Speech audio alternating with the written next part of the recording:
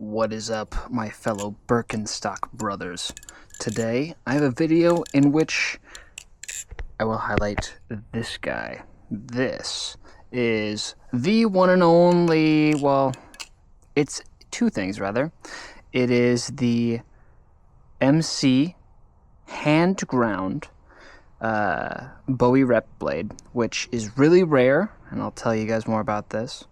As well as these very special handles, which were made by the one and only Buffness, the Buffness.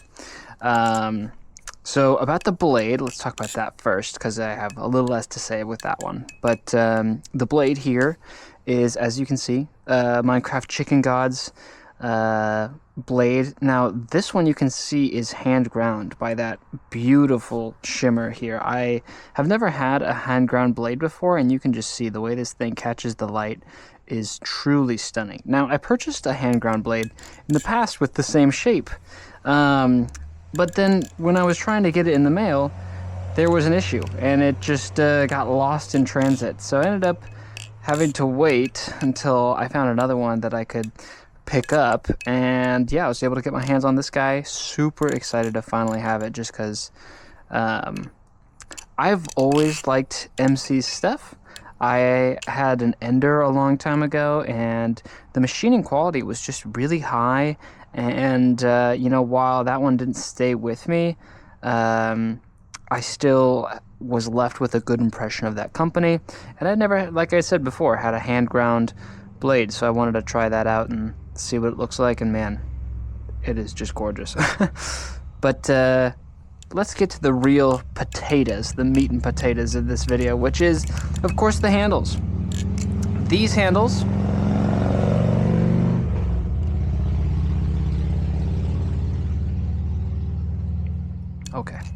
These handles were made by, as I said, the Buffness. Buffness is a YouTuber that, if you're watching me, you probably already know who they are, because they are considerably more popular than I am. And they decided to, I believe it's formerly a machining company through their parents or something. I don't exactly know the situation, but they are also, a younger fella, and they took on the endeavor to try to do not only rep handles, but they also do the G10 Kraken mod, and I think they're trying to make a rep trainer blade. And then I think they also did scales for the Nautilus. But kind of like, really what I enjoy about that as an idea is that I've always been a huge person of customizability and like having something that is more on the unique side. And ultimately, the service that the Buffness is trying to fill, the market niche that they're trying to specialize in, is that kind of modding, customization field that separates one Bally from another one.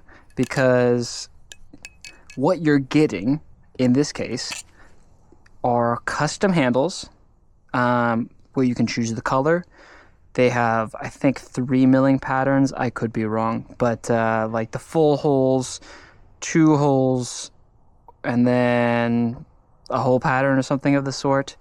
Obviously, I only know so much. I would check with the Buffness themselves. But that comes with the liners as well, and the hardware, which is a pretty good deal. I mean, total, this is $210 for this part of the battle song. That is $210, which it does sound like a lot for handles. And I'll have things to discuss about this in regards to its quality, but on its surface, I think it's important to keep in context the other people in this market. If you see rehandles for reps, $200 is actually a pretty competitive price. Obviously, there are we've been spoiled by the expectations of, these larger companies. I think of like Chinese-based manufacturing companies like LDY and stuff like that, where machining is just generally more accessible, cheaper, and to some extent a higher quality. And because of that, I think Blade Bias has talked about this as well. Like, the expectation, not the exception, not the norm. Where like if you are trying to buy American, yeah, just simply by virtue of the way our economy has shifted away from manufacturing, having stuff being made in America is simply more expensive. And because of that, it's harder to start a business like this. And I think that it's cool what the buffness is doing. That being said, this thing isn't perfect, and I have a lot of words to say about it. I've only had this thing for a day, so I'm going to be doing a follow-up video where I think my words should hold more weight, should carry more weight. So take everything I say here with a grain of salt. I think some things are just going to be objective, and we'll talk about that, but let's just get into it. First things first is what you get, obviously, are the scales, the spacers, and the hardware here. So let me check my framing to see if I can show you guys, because I don't know, it might be too close. But here on the hardware, we're already off to an interesting thing. This is very persnickety, don't get me wrong. I'm like being very particular. But you can already see, maybe, that the hardware is polished on one and then not really polished on the other one. It's just inconsistent, somewhat.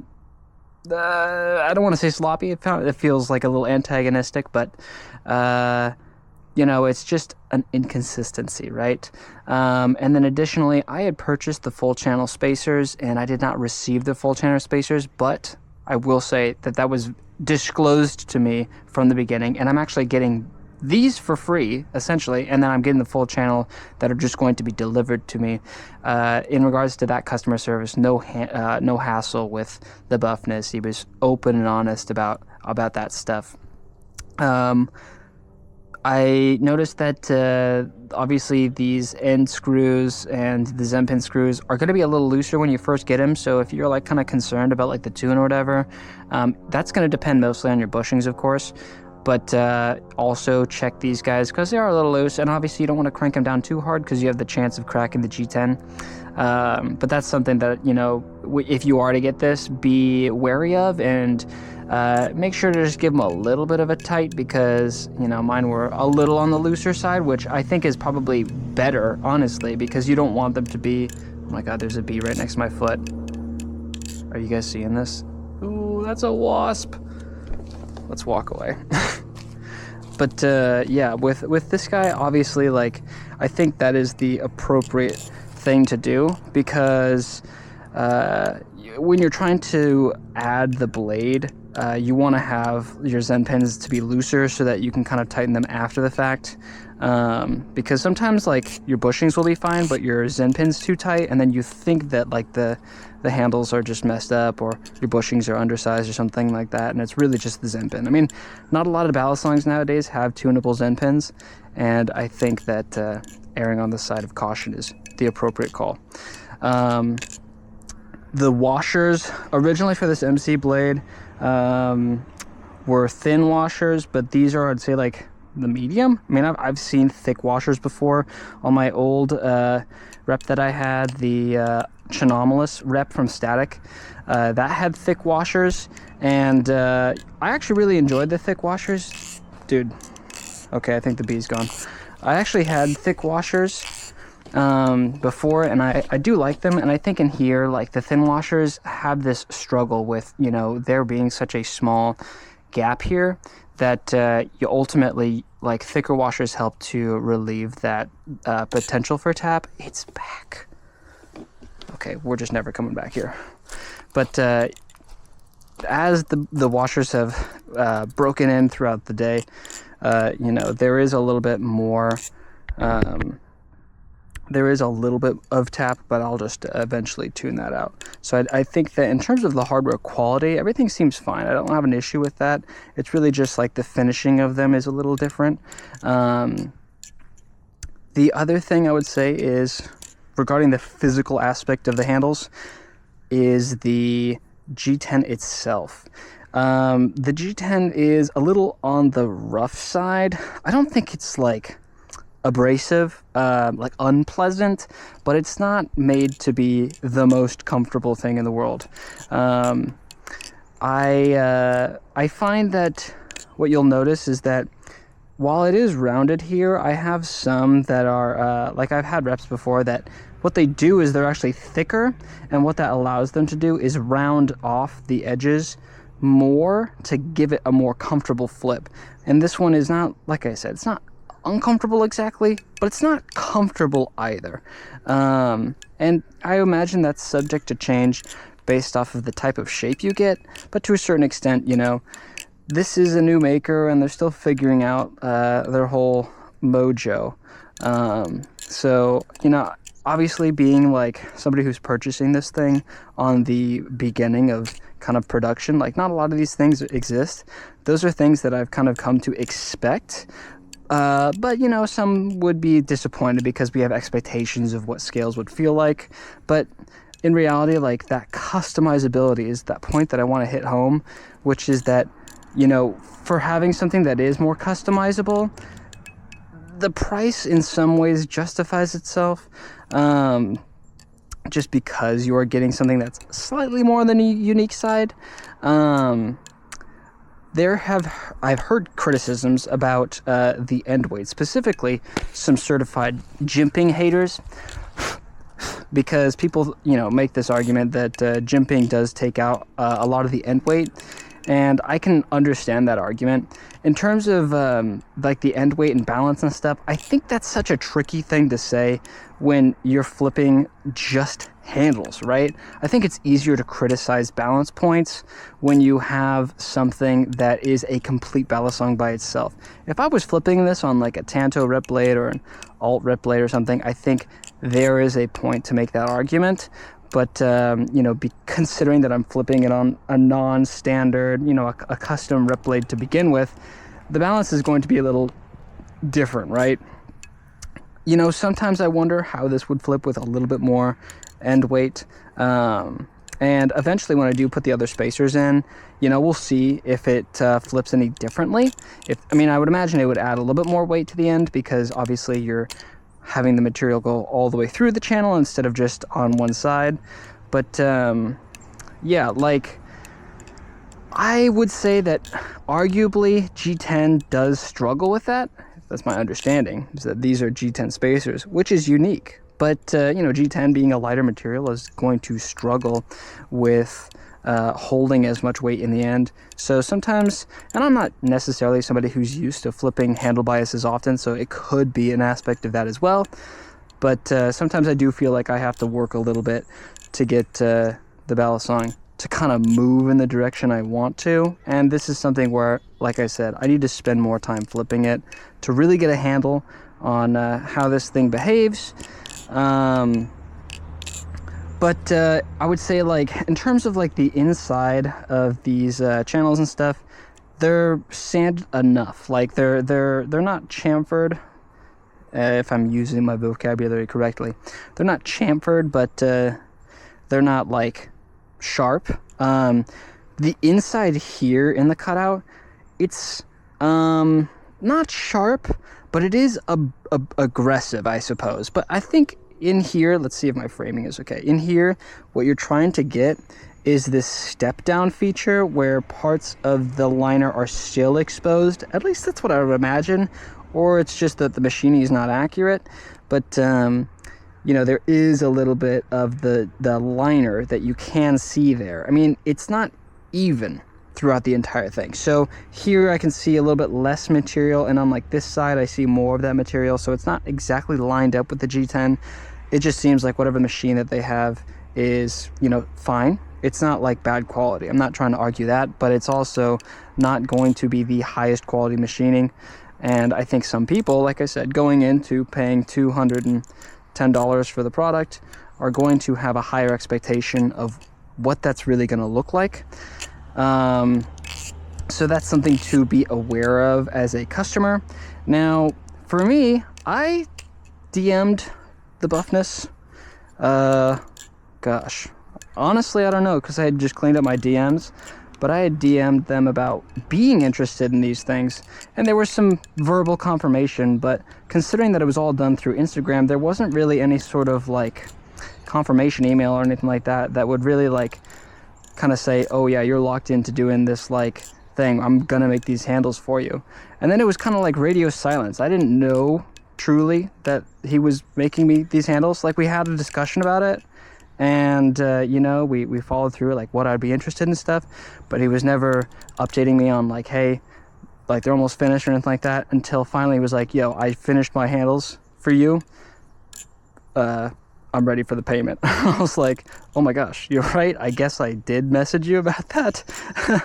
And you know, they'd already made the handles and stuff, and I didn't want to, you know, say no at that point, so I ended up getting them. But I guess my point was just that like the communication was interesting, not necessarily excellent, but I think that those logistic things are difficult to do over Instagram. Something I think that is interesting is like Andrew Myers has like their mod page stuff, and they started using Google Forms to have a little bit more of a organized system. And I'm not here claiming that the buffness has a disorganized system. I'm sure they have some way to organize it, but in terms of the customer communication, I asked for tracking information, and they said, oh yeah, I'll do that, and then forgot. And that's okay, you know, people are human. But that did happen, and then I followed up, and turns out when I asked again for the tracking information, the thing was just at my door. So it was a pleasant surprise, but it's under this context that, you know, the customer relations aspect of it, in terms of just communicating like the delivery itself, you could be improved, could be improved. But ultimately, you know, I got the product, and that's really what matters. So, you know, these are things that I imagine will be ironed out as they continue to pursue this sort of thing. I don't know, a hobby, whatever you call it.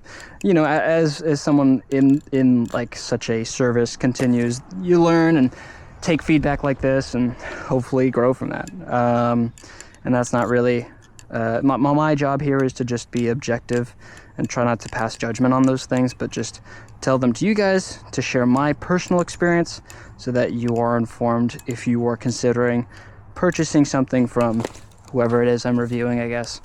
I'm not super thrilled about dropping the white G10 in the dirt, and you can see it's already dirtying up. That's another thing I wanted to mention. It was that this thing was a little dirty when I got it. Like whoever had handled it and packaged it up had like dirty hands or something. There was a little bit of like black residue or something on the handles, but it wasn't like too crazy. But the difficulty with white especially is that it holds a lot of like it stains, basically. It stains really easily. So with this guy, it did have some small visual things, but it wasn't the end of the world. Truthfully, what I'm considering doing is, I have another rep. I'm probably going to post that video before this, but I just didn't post it yesterday. So maybe I'll post that one, and then I'll post this one a day later or something, or both of them today. You'll be the one to tell me what happened. But I might take the scales of the other one and put them on here, because I find the other G10 scales to look better and to be more comfortable. But I also like a liner being a lot lighter and holding a lot of that weight at the end for a blade that is a Tanto, because I find that Tantos do well with kind of like a lighter handle, because I do like a more neutral thing. So my ultimate goal here was to have something that kind of complemented the balance profile of the blade that I was getting. And I think that's an important part about the customization thing that I was talking about, is that, like, you know, you as the person making the order for the design or whatever, you have to kind of think about, you know, what is it you're looking for to achieve like a realistic, oh my god, so much schmutz in here, you know, to achieve a comfortable balance that you feel like is appropriate. And there's some difficulties in that, of course, and I'm going to say something that's going to harm my credibility as a reviewer. I haven't taken the scales off yet. I'm not entirely sure if this is an adjustable weight system.